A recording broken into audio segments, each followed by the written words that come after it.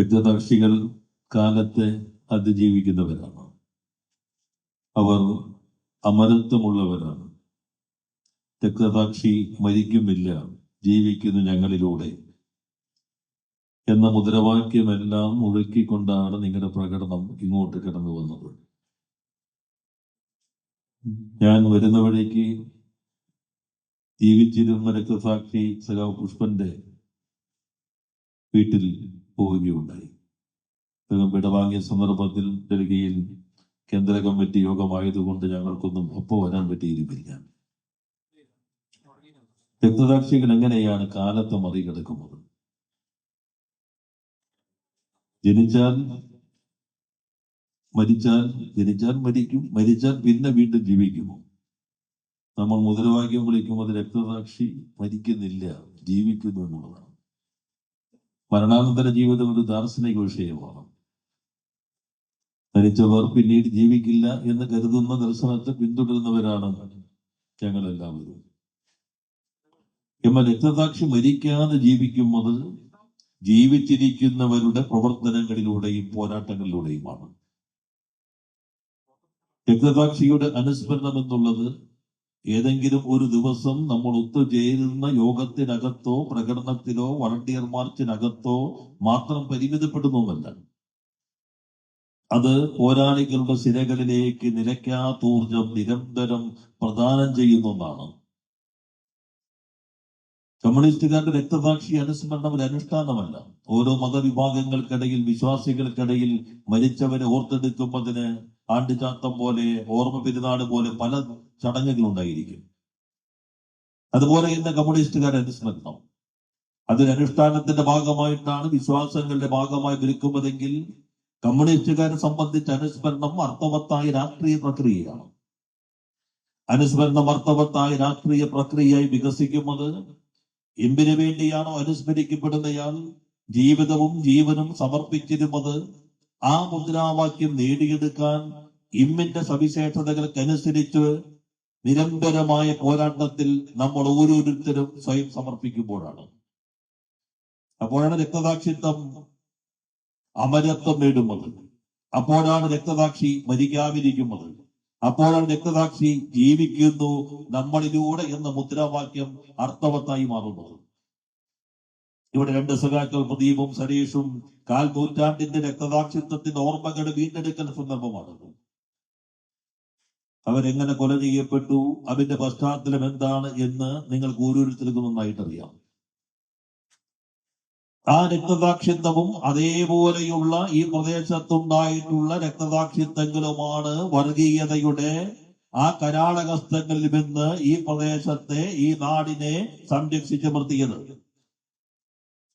RSSന്റെ കൊലക്കത്തിക്കിരയായി ജീവൻ നഷ്ടപ്പെട്ടവരാണ് ഇവർ. ഈ താലൂക്കിനെയാകെ ഞങ്ങൾ ഇതാ ദത്തെടുക്കുന്നു എന്ന് പ്രഖ്യാപിച്ചുകൊണ്ട് RSS നടത്തിയ വലിയ സംഘർഷങ്ങളുടെ ആ ചോര വീണ ചരിത്രത്തിന്റെ ഓർമ്മകൾ നിങ്ങൾ ഓരോരുത്തരുടെയും മനസ്സിനകത്തുണ്ടായിരിക്കും. കേരളം ഇന്ത്യയിൽ ഏറ്റവും അധികം RSSന്റെ ശാഖകളുള്ള സംസ്ഥാനമാണ്. നമ്മൾ ചെറിയ സംസ്ഥാനമാണ്. ഇന്ത്യയുടെ മൊത്തം നോക്കിക്കഴിഞ്ഞാൽ ഒരു 1.2% മാത്രം ഭൂവിസ്തൃതിയുള്ള ജനങ്ങളിൽ 2.8% മാത്രമുള്ള ഒരു ഇടം. ആ ഇടത്തിലാണ് RSSന് ഏറ്റവും അധികം ശാഖകളുള്ളത്. എന്നിട്ടും എന്തുകൊണ്ട് RSSന് ഈ നാട്ടിലെ ജനങ്ങളുടെ മനസ്സിനകത്ത് ഇടം നേടാൻ കഴിഞ്ഞില്ല? അതിന് കാരണം ഇടതുപക്ഷ പ്രസ്ഥാനത്തിന്റെ സ്വാധീനം, ഇടതുപക്ഷത്തിന്റെ പ്രതിരോധം, ജീവൻ നൽകിക്കൊണ്ട് കമ്മ്യൂണിസ്റ്റുകാർ നടത്തിയ പോരാട്ടമാണ് കേരളത്തെ മതനിരപേക്ഷതയുടെ മണ്ണിനകത്ത് ഉറപ്പിച്ചു നിർത്തിയിട്ടുള്ളത്. ഇപ്പോ ചില പ്രചാരവേലകളുണ്ടല്ലോ, ഇതാ മുഖ്യമന്ത്രി RSSുമായി സന്ധി ചെയ്യുന്നു, അതിനുവേണ്ടി പോലീസ് ഉദ്യോഗസ്ഥർ വിടുന്നു. അതിന്റെ ഭാഗമായി മുഖ്യമന്ത്രി പറഞ്ഞതനുസരിച്ച് ഒരാൾ പോയിട്ട് തൃശ്ശൂർ പൂരം കലക്കി. ആ കലക്കിയതിന്റെ ഭാഗമായിട്ട് BJP ജയിച്ചു. ഒരു പുതിയ നരേറ്റീവ്, ഒരു പുതിയ കഥ ഇങ്ങനെ ഇറങ്ങി വന്നു. ഇപ്പോ അതിനു വേണ്ടി LDFന്റെ ഭാഗമായി നിന്ന് മത്സരിച്ച് ജയിച്ച ഒരാളെ നാവായി കിട്ടിയതിന്റെ ആഘോഷം നടന്നുകൊണ്ടിരിക്കുകയാണ്.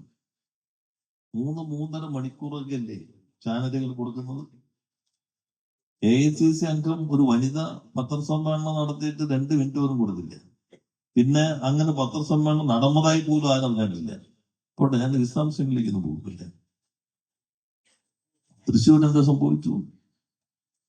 തൃശ്ശൂർ പൂരത്തിനകത്ത് ചില പ്രശ്നങ്ങൾ ഉണ്ടായി എന്ന കാര്യം മുഖ്യമന്ത്രിയും ഞങ്ങൾ എല്ലാവരും പറഞ്ഞിട്ടുണ്ട്. അതിന്റെ പുറകിൽ എന്തെങ്കിലുമൊക്കെ ഉണ്ടോ എന്നത് അന്വേഷിക്കണമെന്ന് തീരുമാനിക്കുകയും അന്വേഷണം നടത്തുകയും ഒരു പ്രധാനപ്പെട്ട ഘട്ടം പൂർത്തീകരിക്കുകയും ചെയ്തിട്ടുണ്ട്. തുടക്കം മുതൽ പൂരത്തിൽ ചില പ്രശ്നങ്ങൾ ഉണ്ടായിരുന്നു. അങ്ങനെയാണ് മുഖ്യമന്ത്രി തന്നെ യോഗം വിളിച്ചു ചേർത്തു. ഹൈക്കോടതി പറഞ്ഞു, പൂരം എക്സിബിഷന് അവിടെ നിങ്ങൾ സ്ഥലം കൊടുക്കുകയാണെങ്കിൽ അതിന് വാടക വാങ്ങിച്ചോളണം ദേവസ്വത്തിന്റെ. നല്ല വാടക. ദേവസ്വംകാര് പറഞ്ഞു പറ്റില്ല, എക്സിബിഷൻ പറ്റില്ല, ഞങ്ങൾ ഇത്ര നടത്താനേ പോണില്ല. മുഖ്യമന്ത്രി യോഗം വിളിച്ചു ചേർത്തു. റവന്യൂ മന്ത്രിയും അവിടെ നിന്നുള്ള അന്ന് മന്ത്രിസഭയിൽ ഉണ്ടായിരുന്ന ദേവസ്വം മന്ത്രി ശ്രീ കെ രാധാകൃഷ്ണനും എല്ലാവരും ചേർന്ന് യോഗം നടത്തി. ഹൈക്കോടതിയിൽ നിന്ന് കേരളത്തിന് വേണ്ടി പ്രത്യേകം അവിടെ സബ്മിഷൻ സത്യവാങ്മൂലം കൊടുത്തു. അതിന്റെ അടിസ്ഥാനത്തിൽ 1 വർഷം കൂടി ഇങ്ങനെ തുടരട്ടെ എന്ന നിലപാട് സ്വീകരിച്ചതിന്റെ ഭാഗമായിട്ടാണ് ഹൈക്കോടതി വിധി ഉണ്ടായിട്ട് പോലും ഇത്തവണ പൂരത്തിന്റെ ഭാഗമായി എക്സിബിഷൻ ഉൾപ്പെടെ നടത്തിയത്. അല്ലെങ്കിൽ അമ്മയൊരു കലക്കം വന്നല്ലേ. പിന്നെ ആനയെ എഴുന്നള്ളിക്കുമ്പോൾ സംബന്ധിച്ച് കോടതിയുടെ നിർദ്ദേശങ്ങൾ വന്നു. വെടിക്കെട്ട് സംബന്ധിച്ച് കോടതി നിർദ്ദേശങ്ങൾ വന്നു. ആ കോടതി നിർദ്ദേശങ്ങളൊക്കെ നിൽക്കുമ്പോൾ തന്നെ പൂരം സുഗമമായി നടക്കുമ്പോൾ ഗവൺമെന്റ് തലത്തിൽ ഇടപെടലുണ്ടായി. അവസാനം ആളുകളെ നിയന്ത്രിക്കുന്നതുമായി ബന്ധപ്പെട്ട് ചില പ്രശ്നങ്ങൾ വെടിക്കെട്ട് നീണ്ടുപോകുന്നതിലേക്ക് എത്തിക്കും. അതെങ്ങനെ വന്നു? അതാണ് ഗവൺമെന്റ് പരിശോധിക്കുന്നത്. തൃശ്ശൂര് BJP ജയിച്ചത് ഏറെ ഗൗരവമായി കാണുന്ന പാർട്ടിയാണ് CPIM. എന്നാൽ CPIM-ന്റെയും ഇടതുപക്ഷത്തിന്റെയും വോട്ടിന്റെ ചോർച്ചയിലാണോ BJPക്ക് അവിടെ ജയിക്കാൻ കഴിഞ്ഞത്? കോൺഗ്രസിന്റെ സിറ്റിംഗ് സീറ്റാണ്. കോൺഗ്രസിന്റെ സിറ്റിംഗ് സീറ്റിൽ കേരളത്തിൽ അവിടെ സിറ്റിംഗ് ആയിരുന്ന MP-യെ അവിടെ നിന്ന് മാറ്റി മത്സരിക്കാൻ സീറ്റ് കൊടുത്തില്ല കോൺഗ്രസ്. അവിടെ വടകരയിൽ നിന്ന് MP ആയിരുന്ന ആളെ അവിടെ കൊണ്ട് മത്സരിപ്പിച്ചു. അതിന് തൊട്ട് മുൻപ് അദ്ദേഹത്തിന്റെ സഹോദരിയും കരുണാകരന്റെ പുത്രിയും കോൺഗ്രസിന്റെ നേതാവുമായിരുന്ന പത്മജ വേണുഗോപാൽ നേരെ BJP-യിലേക്ക് പോയി. കോൺഗ്രസിന്റെ സിറ്റിംഗ് സീറ്റിൽ കോൺഗ്രസിന് 86,165 വോട്ട് കുറഞ്ഞു 2019-നേക്കാൾ. ഒന്നാമതായിരുന്ന കോൺഗ്രസ് 3-ാമതായി മാറി. ഇടതുപക്ഷത്തിന് തെരഞ്ഞെടുപ്പിനാകെ തിരിച്ചടിയുണ്ടായി, കേരളത്തിനാകെ തിരിച്ചടിയുണ്ടായി. എന്നാൽ തൃശ്ശൂർ വോട്ട് കൂടി. മറ്റു പല മണ്ഡലങ്ങൾക്കകത്തും വോട്ട് വല്ലാതെ കുറഞ്ഞു. എന്നാൽ തൃശ്ശൂർ കഴിഞ്ഞ തവണത്തെക്കാളും 16,196 വോട്ട് ഇടതുപക്ഷത്തിന് കൂടി. കോൺഗ്രസിന്റെ വോട്ട് BJP-യിലേക്ക് പോയി. ആ വോട്ടിന്റെ ബലത്തിൽ BJP വിജയിച്ചു. എന്നാൽ അക്കൂട്ടത്തിൽ ഇടതുപക്ഷത്തിന്റെ വോട്ടിലും ചോർച്ചയുണ്ടായിട്ടുണ്ടോ എന്ന് നമ്മൾ പരിശോധിക്കുന്നുണ്ട്. എന്നാൽ ആ ചോർച്ചയല്ല, ഈ പരാജയത്തിലേക്ക് കോൺഗ്രസ് മൊത്തത്തിലങ്ങ് പോയി. നിയമത്തിൽ നിന്ന് എങ്ങനെ അസംബ്ലിയിൽ BJPക്ക് ഒരു സീറ്റ് കിട്ടിയത്? രാജഗോപാൽ എങ്ങനെ അസംബ്ലിയിൽ ഇരുന്നത്? അന്നം കോൺഗ്രസ് 3-ാമതായി. കോൺഗ്രസിന്റെ വോട്ട് നേരെ BJP-യിലേക്ക് പോയി. കോൺഗ്രസിന്റെ വോട്ടിന്റെ ബലത്തിൽ BJP കേരള നിയമസഭയിൽ അക്കൗണ്ട് തുറന്നു. അന്ന് ഇടതുപക്ഷം പ്രഖ്യാപിച്ചു, CPM പ്രഖ്യാപിച്ചു, CPM-ന്റെ നേതാവായിട്ട് മുഖ്യമന്ത്രി ഉൾപ്പെടെ പ്രഖ്യാപിച്ചു ആ അക്കൗണ്ട് പൂട്ടിക്കും. അത് പൂട്ടിച്ചവരാണ് ഇടതുപക്ഷം.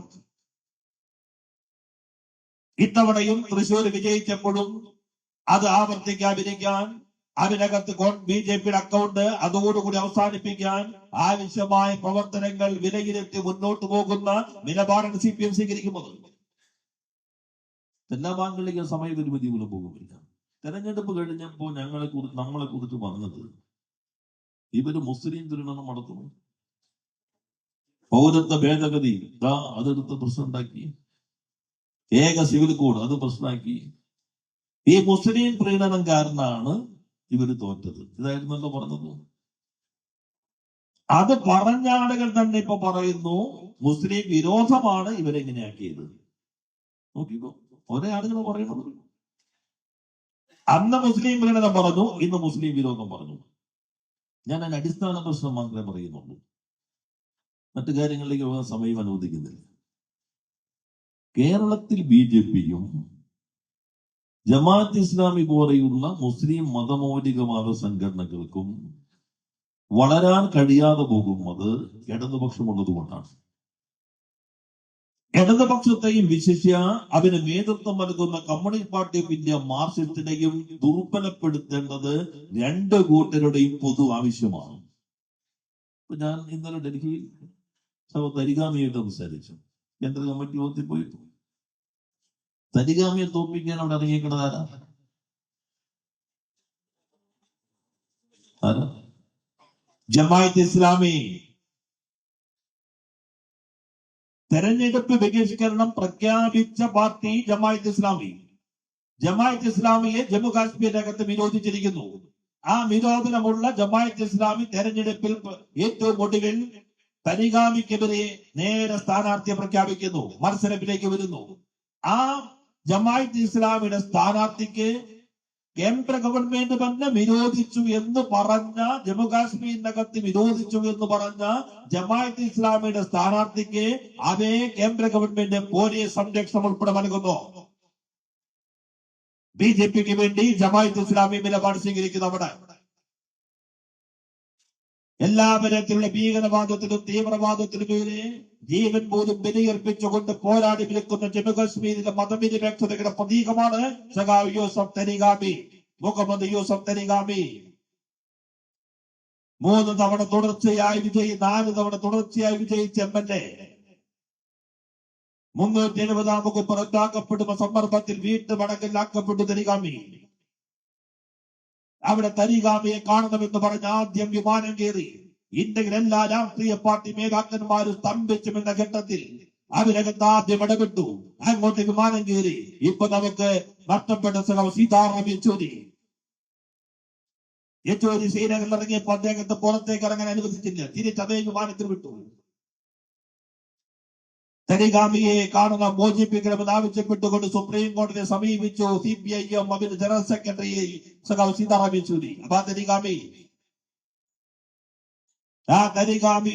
ജമ്മു കാശ്മീരിന്റെ നിയമസഭയ്ക്കകത്ത് ഉണ്ടാകണമെന്നല്ലേ ഈ രാജ്യത്തെ ഏതൊരു രാജ്യവും ഭരണഘടനയും ജമ്മു കാശ്മീരിലും എല്ലാം നിലനിൽക്കണമെന്ന് ആഗ്രഹിക്കുന്ന ഏതൊരു മനുഷ്യന്റെയും ചിന്തയുണ്ടാകേണ്ടത്. ആ തരിഗാമിയെ പരാജയപ്പെടുത്താനായി തെരഞ്ഞെടുപ്പ് ബഹിഷ്കരണം എന്ന മുദ്രാവാക്യം എടുത്ത് മാറ്റിവെച്ച് അവിടെ മത്സരിക്കുന്നത് CPIM-നെ ദുർബലപ്പെടുത്താൻ. CPIM തരിഗാമി ജമ്മു കാശ്മീരിനകത്ത് ജമാഅത്ത് ഇസ്ലാമിന്റെ പ്രവർത്തനങ്ങൾക്ക് പ്രതിരോധം സൃഷ്ടിക്കുന്ന ഗുൽഗാവ് ഇവരുടെ കേന്ദ്രമായിരുന്നു. ജമാഅത്ത് ഇസ്ലാമി ജയിച്ച മണ്ഡലമാണ്. അവിടെയാണ് തരിഗാമി തുടർച്ചയായി വിജയിച്ചത്. ഇപ്പോ അവിടെ ഈ നിലപാട് സ്വീകരിക്കുന്നു. അത് തന്നെയാണ് ഇവിടെയും. ഇന്ന് മുഖ്യമന്ത്രിക്കെതിരെ മലപ്പുറത്താകെ അധിക്ഷേപിച്ചു. ഞങ്ങൾ RSSനെ വില പറയും, വിട്ടുവീഴ്ചയില്ലാതെ പറയും. അത് ഹിന്ദുക്കൾക്കെതിരാണെന്നാണ് അവർ പറയുന്നത്. യഥാർത്ഥത്തിൽ RSSനെതിരെ പറയുന്നത് വിശ്വാസികൾക്ക് കൂടി വേണ്ടിയാണ്. വിശ്വാസത്തിന്റെ രാഷ്ട്രീയ പ്രയോഗമാണ് വർഗീയത. വിശ്വാസിക്ക് വിശ്വാസം ഏതുമാകാം, രാമനാകാം, കൃഷ്ണനാകാം, ഏകദൈവ വിശ്വാസമാകാം, ക്രിസ്തുവാകാം. അസ്വസ്ഥതകളിൽ ആശ്വാസത്തിന്റെ ആത്മന തടലേകുന്ന പ്രതീകമാണ്. മഹാത്മാഗാന്ധി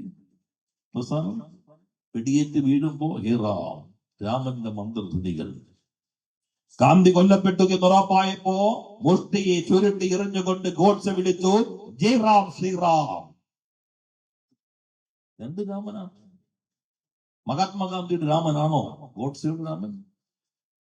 മഹാത്മാഗാന്ധിയുടെ രാമൻ വിശ്വാസിയുടെ രാമനാണ്. വിശ്വാസത്തിന്റെ ആശ്വാസം നൽകുന്ന ആ പ്രതീകമാണ്. ഗോഡ്സെയുടെ രാമൻ അധികാരത്തിന്റെ ആയുധമാണ്. ഗോഡ്സെയിൽ നിന്ന് രാമനെ വിമോചിപ്പിക്കേണ്ടത് വിശ്വാസികളുടെ ആവശ്യമാണ്.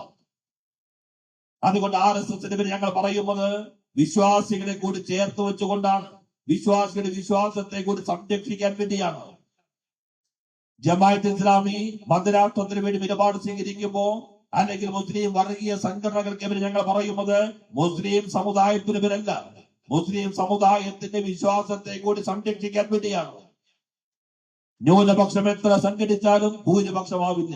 ന്യൂനപക്ഷവും മതനിരപേക്ഷവാദികളും ഒന്നു ചേർന്നാൽ മാത്രമേ ഭൂരിപക്ഷ വർഗീയതയെ പ്രതിരോധിക്കാൻ കഴിയുകയുള്ളൂ. ന്യൂനപക്ഷം മാത്രമായി പ്രതിരോധിക്കാൻ കഴിയുമെന്ന് വാദിക്കുന്നവർ യഥാർത്ഥത്തിൽ ന്യൂനപക്ഷത്തെ കൂടി അപകടത്തിലാക്കുകയാണ് ചെയ്യുന്നത്. അതുകൊണ്ടാണ് ന്യൂനപക്ഷ വർഗീയതയ്ക്കും മതമൗലികവാദത്തിനും എതിരെ ഞങ്ങൾ നിലപാട് സ്വീകരിക്കുന്നത്. അത് വിശ്വാസ സമൂഹത്തിനോടൊപ്പം നിന്നുകൊണ്ടാണ്, വിശ്വാസ സമൂഹത്തിനെതിരല്ല. ഇപ്പൊ പറയുന്നത് മുഖ്യമന്ത്രി മലപ്പുറത്തിനെതിരെ പറഞ്ഞു. മലപ്പുറത്തിനെതിരെ എന്താ മുഖ്യമന്ത്രി പറഞ്ഞത്? ഇപ്പോ മട്ടന്നൂർ ഇപ്പോ വിമാനത്താവളം വന്നുകൊണ്ട് ഇനി ഇവിടെ കേസ് പിടിച്ചാൽ അത് ഈ അക്കൗണ്ടിൽ പെടും. ഉടൻ തന്നെ ഞങ്ങളുടെ നാടിന്റെ ഇപ്പൊ കൊച്ചിയിൽ പോർട്ടുണ്ട്, വിമാനത്താവളം ഉണ്ട്. അവിടെ പിടിച്ചാൽ അത് ആ അക്കൗണ്ടിൽ പറയാൻ പറ്റുള്ളൂ. കേസ് അവിടെ ചാർജ് ചെയ്യാം. മലപ്പുറം ജില്ല എങ്ങനെ രൂപം കൊണ്ടത്? 1969 കേരളത്തിൽ മലപ്പുറം ജില്ല എന്നൊരു ജില്ല രൂപീകരിക്കുന്നതിന് തീരുമാനമെടുത്ത ആ ഗവൺമെന്റിനെ നയിച്ച മുഖ്യമന്ത്രിയുടെ പേരാണ് VMS. പുതിയ ജില്ല രൂപീകരിക്കുന്നത് സംബന്ധിച്ച് മന്ത്രിതല കമ്മിറ്റി, അന്നത്തെ റവന്യൂ മന്ത്രി ഗൗരിയമ്മ, മുഖ്യമന്ത്രി VMS, CH മുഹമ്മദ് കോയ, 3 പേരടങ്ങുന്ന കമ്മിറ്റി. ആ ക്യാബിനറ്റ് സബ് കമ്മിറ്റിയുടെ ശുപാർശ മന്ത്രിസഭ അംഗീകരിച്ചു. ആ മന്ത്രിസഭ അംഗീകരിച്ചുകൊണ്ട് പുതിയ ജില്ല രൂപീകരിക്കുമ്പോ മലപ്പുറം ജില്ലയുടെ രൂപീകരണത്തിനെതിരെ പ്രതിഷേധത്തിന് നേതൃത്വം നൽകിയ പാർട്ടിയുടെ പേരാണ് ഇന്ത്യൻ നാഷണൽ കോൺഗ്രസ്. ചരിത്രം ഇതിനാണ്. മറവികൾക്കെതിരെ ഓർമ്മകളുടെ സമരമാ കൂടിയാണ് രാഷ്ട്രീയമെന്ന് വിരാൻ കുന്നേര പറഞ്ഞില്ലേ? അന്ന് ആരായിരുന്ന കോൺഗ്രസിന്റെ കൂട്ടുപങ്കാളി? മലപ്പുറം ജില്ലാ രൂപീകരണത്തിനെതിരെയുള്ള ആ സമരത്തിനകത്ത് രൂപീകരണ ദിനത്തിൽ ജില്ലാ കേന്ദ്രത്തിൽ നടത്തിയ സമരത്തിൽ ആരായിരുന്നു കോൺഗ്രസിന്റെ കൂട്ടുപങ്കാളി? ഭാരതീയ ജനസംഘം. ഭാരതീയ ജനസംഘവും കോൺഗ്രസും ചേർന്നുകൊണ്ടാണ് മലപ്പുറം ജില്ലയുടെ രൂപീകരണത്തിനെതിരെ സമരം നടത്തിയത്. ആ സമരത്തിന്റെ ഉദ്ഘാടനത്തിന്റെ രേഖകൾ നിങ്ങൾക്ക് ലഭ്യമാണ്.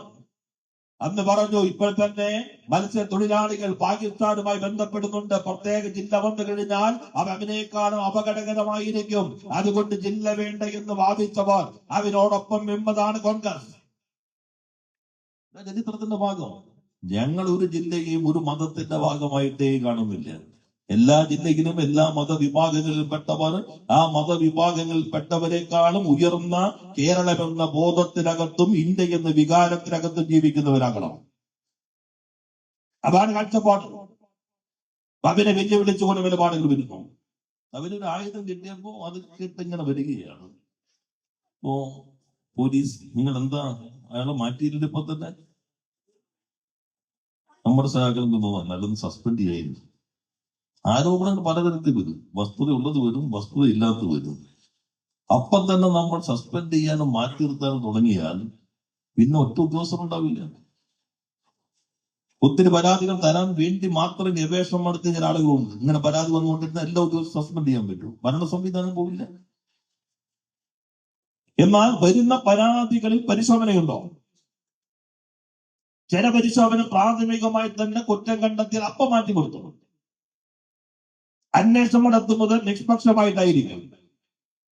ആ അന്വേഷണത്തിൽ റിപ്പോർട്ട് വന്നു കഴിഞ്ഞാൽ ആ റിപ്പോർട്ടിന്റെ നിഗമനങ്ങളുടെ അടിസ്ഥാനത്തിൽ കർക്കശമായ നിലപാട് സ്വീകരിക്കും. വരുന്ന റിപ്പോർട്ടിന്റെ നിഗമനങ്ങൾ വസ്തുതാപരമായിട്ടാണോ എന്ന് ഞങ്ങൾ പരിശോധിക്കും. ആ നിഗമനങ്ങളിലേക്ക് വന്ന വഴി ശരിയാണോ എന്ന് പരിശോധിക്കും. തെളിവുകൾ നോക്കിയിട്ടുണ്ടോ? ആവശ്യമായ രൂപത്തിൽ പരിശോധന നടത്തിയിട്ടുണ്ടോ? അത് ഞങ്ങൾ പരിശോധിക്കും. അങ്ങനെയുള്ള വഴിയിലൂടെ എണ്ണ വന്നെങ്കിൽ വിശദമായ പരിശോധനയ്ക്ക് വീണ്ടും തീരുമാനിക്കും. എത്ര അനുഭവങ്ങൾ നമ്മുടെ മുമ്പിലുണ്ട്.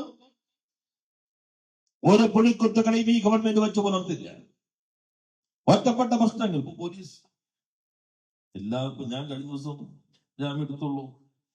കോവിഡ് കഴിഞ്ഞ ഗവൺമെന്റ് സമയത്ത് സെക്രട്ടേറിയറ്റ് മെമ്പറായിരിക്കുമ്പോൾ കോവിഡിൽ 5 പേര് ചേർന്നിരുന്നു. വേണമെങ്കിൽ പോലീസിന് രജിസ്റ്റർ ചെയ്യാതിരിക്കാം, കൊണ്ടുതിരിക്കും.